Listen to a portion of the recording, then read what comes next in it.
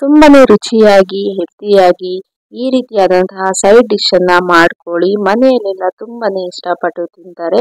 ಇದು ನಿಮಗೆ ದೋಸೆ, ಇಡ್ಲಿ, ಪೂರಿ, ಚಪಾತಿ, ರೊಟ್ಟಿ ಸೂಪರ್ ಕಾಂಬಿನೇಷನ್ ಅಂತಾನೆ ಅನ್ಬೋದು. ಇದನ್ನ ಯಾವ ರೀತಿಯಾಗಿ ಮಾಡಬೇಕು ಹೇಳ್ಕೊಡ್ತೀನಿ. ಎಲ್ಲೂ ಸಹ ವಿಡಿಯೋನ ಸ್ಕಿಪ್ ಮಾಡಬೇಡಿ. ಮೊದಲಿಗೆ ಒಂದು ಮಿಕ್ಸಿ ಜಾರಲ್ಲಿ ಖಾರಕ್ಕೆ ಅನುಗುಣವಾಗಿ ಹಸಿಮೆಣಸಿನಕಾಯನ್ನ ಹಾಕೊಳ್ಳಿ. ನಾನಿಲ್ಲಿ ಒಂದು 10 ಹಸಿಮೆಣಸಿನಕಾಯಿನ ಹಾಕಿದ್ದೀನಿ. ಹಾಗೆ ಸ್ವಲ್ಪ ಶುಂಠಿಯನ್ನ ಹಾಕೊತಾ ಇದ್ದೀನಿ. ನಂತರ ಸ್ವಲ್ಪ ಬೆಳ್ಳುಳ್ಳಿ, ನಂತರ ಇದಕ್ಕೆ ನಾನು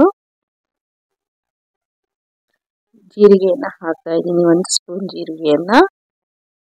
ಹಾಗೆ 1 ಹಿಡಿಯಷ್ಟು ಕೊತ್ತಂಬರಿ ಸೊಪ್ಪು, 1 ಹಿಡಿಯಷ್ಟು ಪುದೀನ ಸೊಪ್ಪನ್ನ ಹಾಕ್ತಾ ಇದ್ದೀನಿ.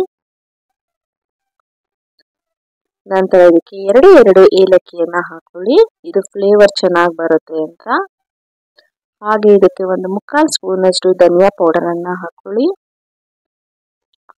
ನಂತರ 1/2 ಸ್ಪೂನ್ ಅಷ್ಟು ಗರಂ ಮಸಾಲನ ಹಾಕೊಳ್ಳಿ. ಹಾಗೆ ಸ್ವಲ್ಪ ಚಕ್ಕೆ ಲವಂಗವನ್ನ ಹಾಕೊಳ್ಳಿ. ಈಗ ಇದೆಲ್ಲವನ್ನು ಸ್ವಲ್ಪ ನೀರು ಹಾಕಿ ನುಣ್ಣಗೆ ಗ್ರೈಂಡ್ ಮಾಡ್ಕೊಳ್ಳಿ. ಈ ರೀತಿಯಾಗಿ ನುಣ್ಣಗೆ ಗ್ರೈಂಡ್ ಮಾಡ್ಕೋಬೇಕಾಗುತ್ತೆ.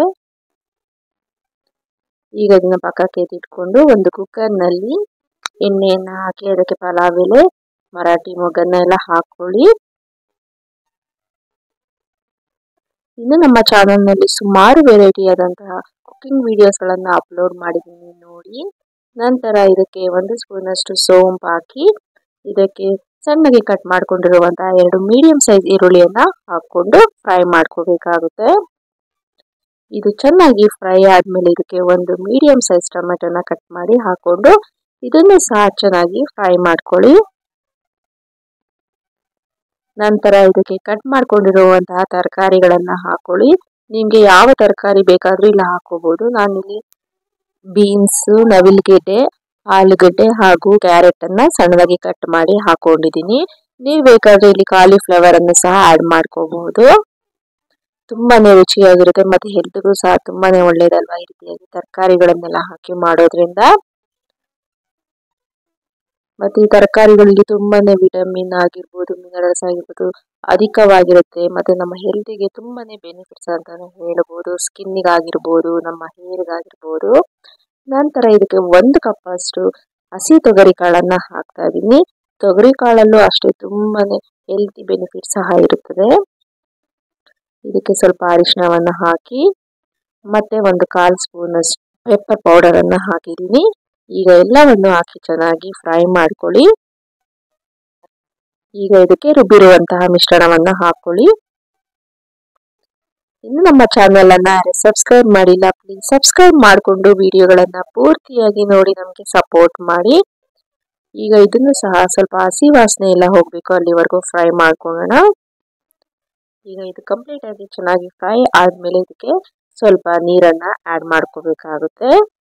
ನೀವು ಇದು ಗ್ರೇವಿ ಕನ್ಸಿಸ್ಟೆನ್ಸಿ ಎಷ್ಟು ಬೇಕು ಅಷ್ಟನ್ನ ನೋಡ್ಕೊಂಡು ನೀರನ್ನ ಆಡ್ ಮಾಡ್ಕೊಳ್ಳಿ. ತುಂಬಾ ಜಾಸ್ತಿ ನೀರನ್ನ ಹಾಕಕ್ ಹೋಗ್ಬೇಡಿ, ಯಾಕಂದ್ರೆ ನಾನಿಲ್ಲಿ ಕಾಯಿ ಆಗಲಿ ಮತ್ತೊಂದ ಏನು ಹಾಕಿಲ್ಲ. ಈಗ ಲಿಡ್ಡನ್ನ ಕ್ಲೋಸ್ ಮಾಡಿ 4 ವಿಷಲ್ ಬಂದ್ರೆ ಸಾಕು. ಈಗ ಇದು ರೆಡಿ ಆಗಿದೆ. ಓಪನ್ ಮಾಡಿ ತೋರಿಸ್ತಾ ಇದ್ದೀನಿ ಲಿಡ್ಡನ್ನ. ನೋಡ್ತಾ ಇರ್ಬೋದು ಎಷ್ಟು ಚೆನ್ನಾಗಿ ಗ್ರೇವಿ ರೆಡಿ ಆಗಿದೆ ಅಂತ. ಹೆಲ್ತಿ ಹಸಿ ಕಾಳಿನ ವೆಜ್ ಗ್ರೇವಿ ರೆಡಿ ಆಗಿದೆ.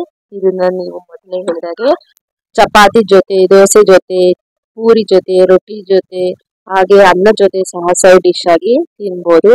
ನೀವು ಸಹ ಟ್ರೈ ಮಾಡಿ ಹೇಗೆ ಬಂತು ಅಂತ ತಿಳಿಸಿ. Thank you.